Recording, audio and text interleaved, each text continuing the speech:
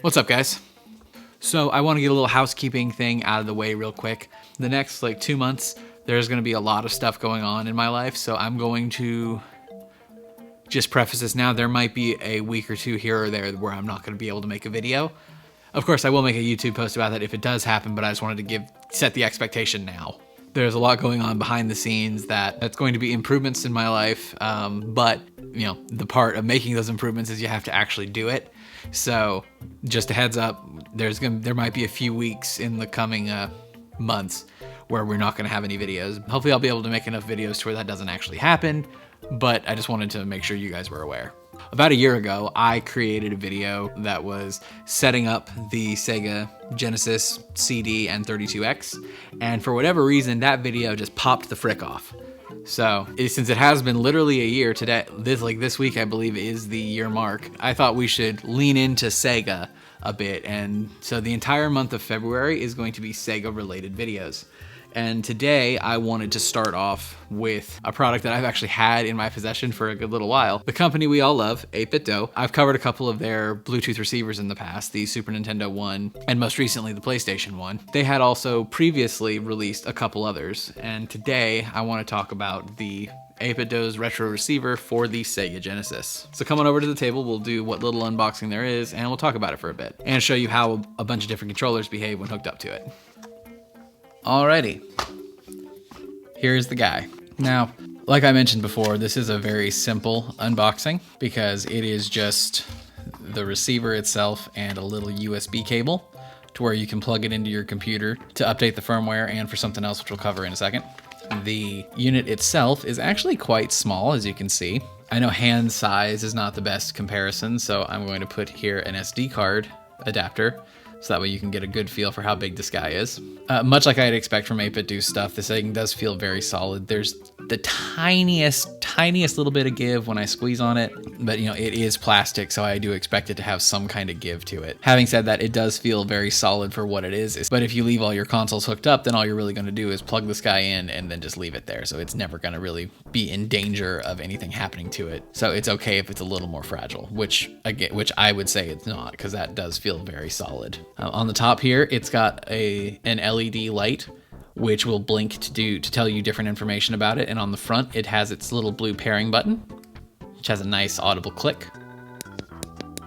And on the plug side here, you do have your standard Genesis plug. I will say, on the other style of receivers that 8BitDo has done, the Super Nintendo and the PlayStation, they've tried to mimic the actual controller plug a little more than they did here. This doesn't really resemble a Genesis plug in the slightest, which bums me out just a little bit because I kind of liked that they tried to make it look like just the plug part of the controller. Sadly, they didn't do that, although this is one of their earlier versions. That sort of attention to detail might have just started coming up in the later receivers that they designed. Proving its age, it does have micro USB on the side of it for plugging it into your computer.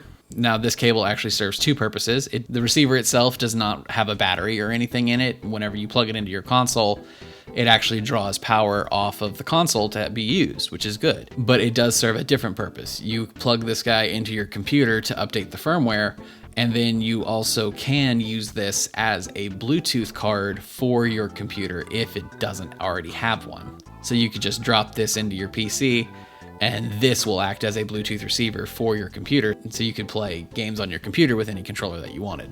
Though not something that's really a problem nowadays, since almost every computer comes with some kind of Bluetooth connectivity. On the back of the box, it does go over some instructions. You have your basic pairing instructions, letting you know that you'll press the pair button on the receiver here to put this guy into pairing mode. And then the LED will be a solid blue when a connection is successfully established. And then this one here, this is what's interesting about the Sega one, because as you know, the Genesis had a 6-button controller as well as a 3-button controller. And you can swap which mode you're in, which is really neat.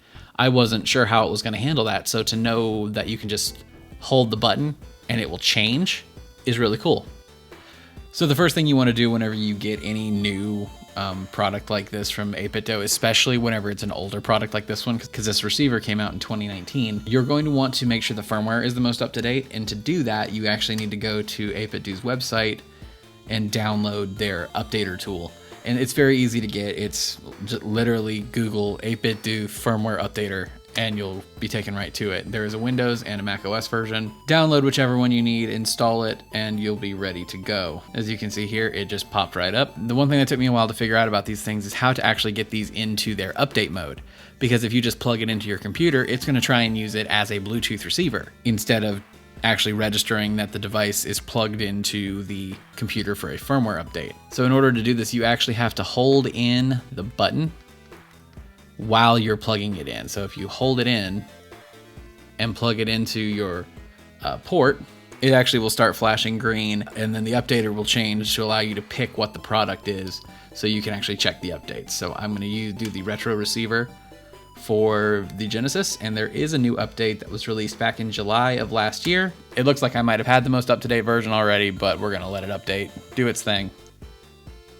And it said from 1.25 to 1.25, so mine was up to date, but you just want to make sure that you do the update just to make sure that you're gonna have the best compatibility when it comes to controllers.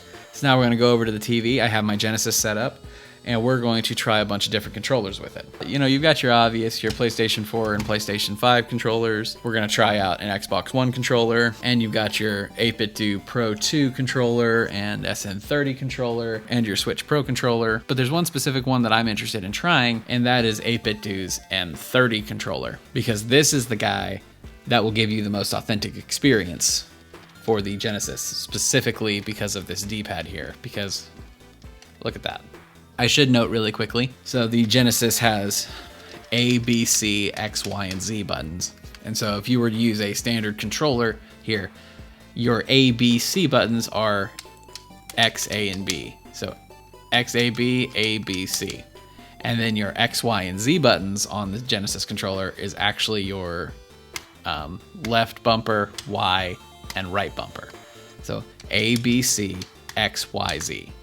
Just so you know. And it's that same position regardless of the controller you're using. A, B, C, X, Y, Z, A, B, C, X, Y, Z, A, B, C, X, Y, Z. Okay, so for the sake of proof, I do have my Genesis currently plugged in with my regular 6-button controller, just for proof that it is working.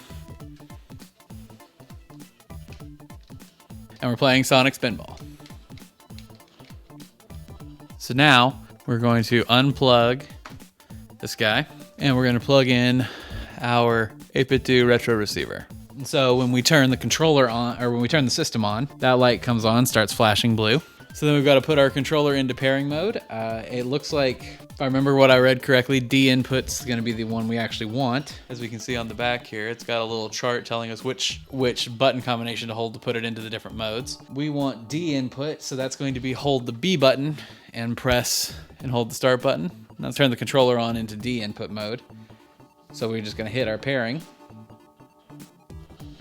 Hold the button down until it starts flashing like that. We're going to press the button on the front of the system here to put it into pairing mode. And if you notice, the button here, or the controller here, is now a solid light. And as is the light on the Genesis receiver. So now, as you can see, it's working.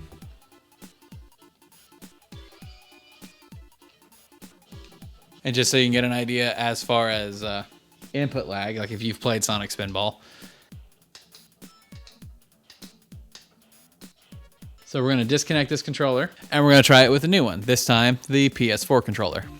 So to put the PlayStation 4 controller into pairing mode, you're going to hold share and the PlayStation button until that backlight, until the light bar turns on, starts blinking. It's in pairing mode. Let's put this guy into pairing mode. I feel like my PS4 controller's been being a little screwy lately. There we go. It turned blue, it went from white to blue. And now this one's doing blue as well. There we go.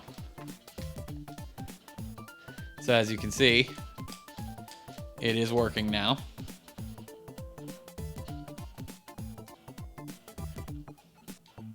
Okay, now we're going to try it with a DualSense controller.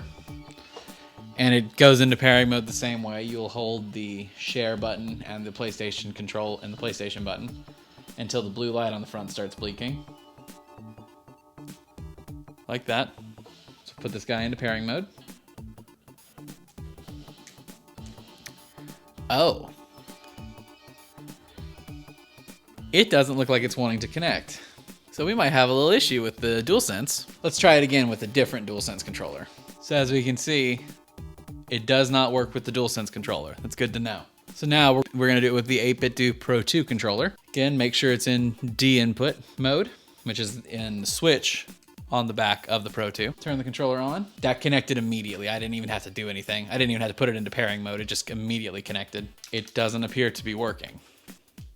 So that's an interesting conundrum. Yeah, that is not working. So let's actually change it to X input mode and just test it out just to make sure.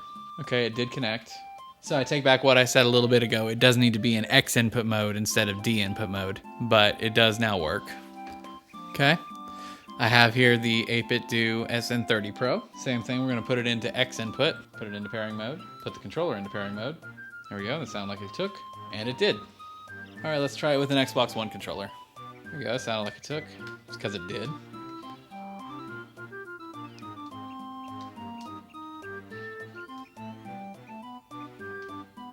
And now just for kicks and giggles, we're gonna try it with a Nintendo Switch Pro controller. Get this guy into pairing mode. There we go. Should be connected. Wow, it is connected, but it wasn't working. So let's reset and let's make sure it's actually connected. Because it doesn't appear to be. Let's try it again.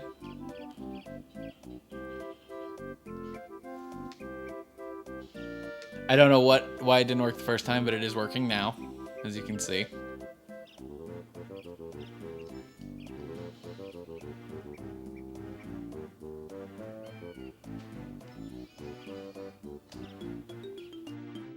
What's up, guys?